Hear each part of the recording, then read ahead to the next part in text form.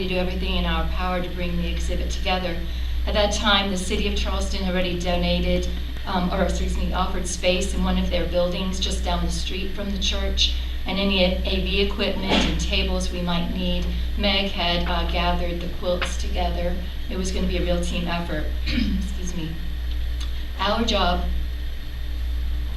was to determine how many quilts would fit in the space, develop an exhibit plan that ensured the selected pieces were arranged with a clear purpose and message, and choose and prepare the quilts for display. We saw the quilts as tangible expressions of grief, as well as prayer and hope for the future. Therefore, we wanted the exhibition gallery to be a contemplative space for reflection and remembrance and some visitor interaction. By the way, just in case anyone is unfamiliar with prayer quilts, they're a special type of quilt that's made to warm and soothe the recipient.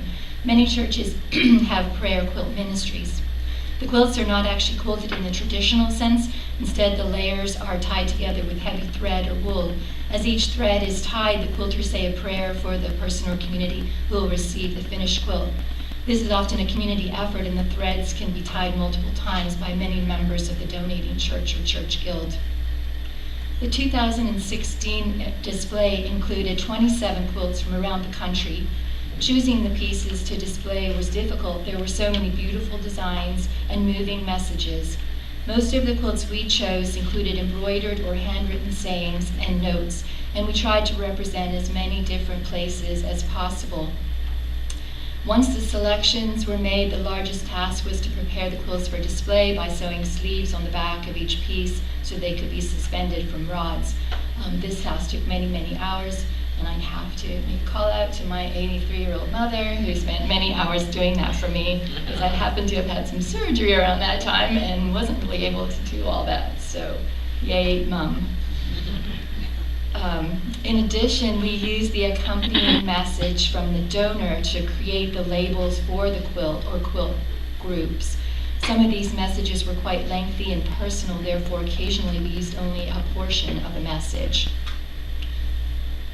The quilter who made this beautiful wall hanging that includes the names of the 9 church members explained how deeply the tragic events had affected her and how making this quilt had helped her find peace and comfort with personal troubles she was experiencing at the time. 2 of the largest pieces represented the international response to the tragedy. The Charleston Modern Quilt Guild asked guilds from around the world to send 4x6-inch blocks with written inscriptions. The local guild would make the blocks into a quilt. The response was so overwhelming, the guild ended up making 6 large quilts, 2 of which were displayed in the exhibit. And something else I wanted to point out was this quilt was actually completed after President Obama's eulogy, and so the quilt is actually embroidered with the words to Amazing Grace. The other deeply moving quilt was a large cloth called A Love Letter from Dallas to Charleston. It was covered with handwritten prayers and messages, including a note from their church pastor explaining the large red stain on the banner. I'm sorry, I don't have a close-up of that. Was wine spilled during communion service, which they held before the quilt was sent to Mother Emanuel. And they can't see the George. Yeah, it doesn't. This shows here.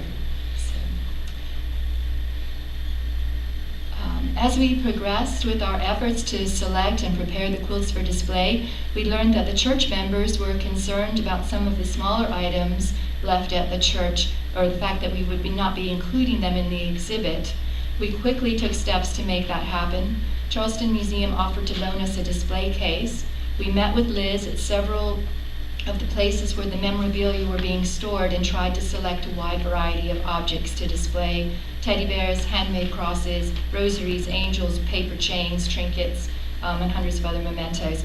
We placed them in the display case.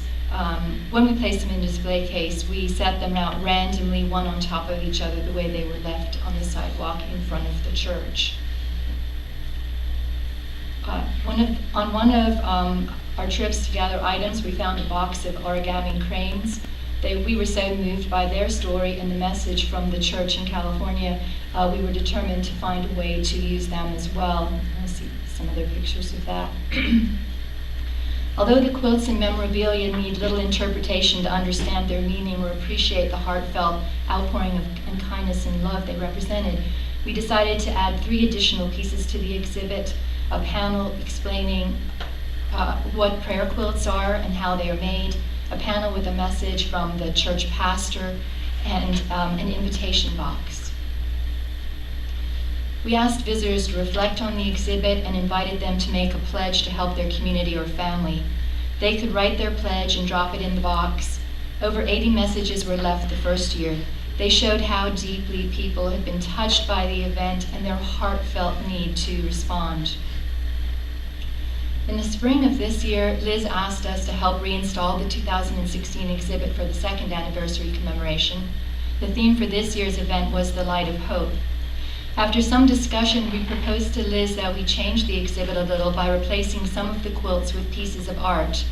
Last year, the exhibit reflected the national and worldwide response to the tragedy. This year, we wanted to focus on the local outpouring of support, and we wanted to use the pieces of art to do that.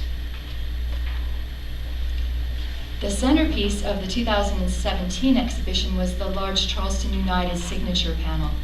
Every single surface of this canvas, including the sides and around the back, is covered with signatures and messages. The power of this banner is overwhelming. To complement the Charleston United banner, we kept the world quilts and the lovely message from Dallas banner.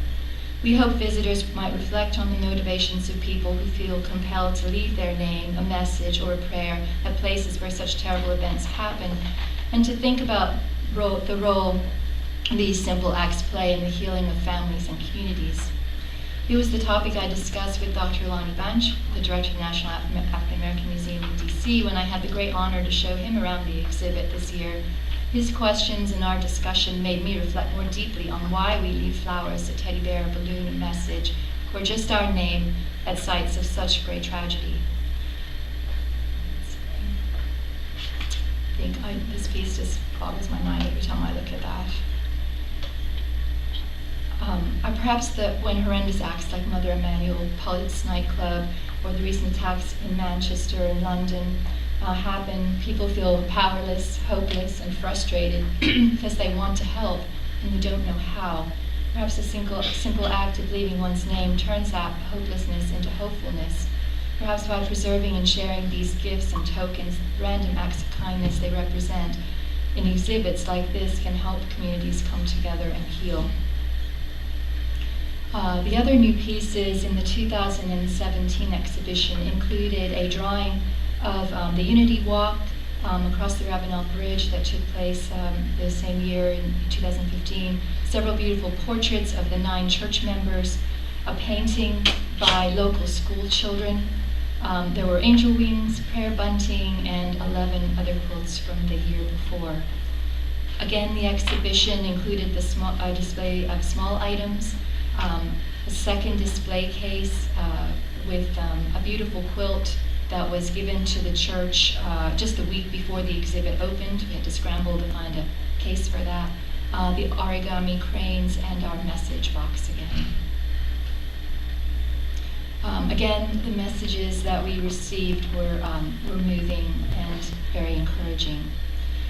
As I noted at the beginning of my paper, there were challenges bringing the exhibit together, challenges that we faced both in 2016 and in 2017.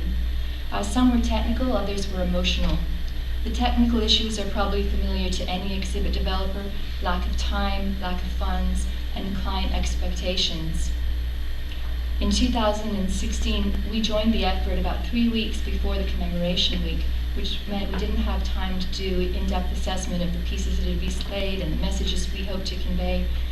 We only learned the commemoration theme about a week before the exhibit opening. Funds were also limited. We overcame this by borrowing equipment, using volunteer help. The city was generous with their time, and Rockington allowed us to donate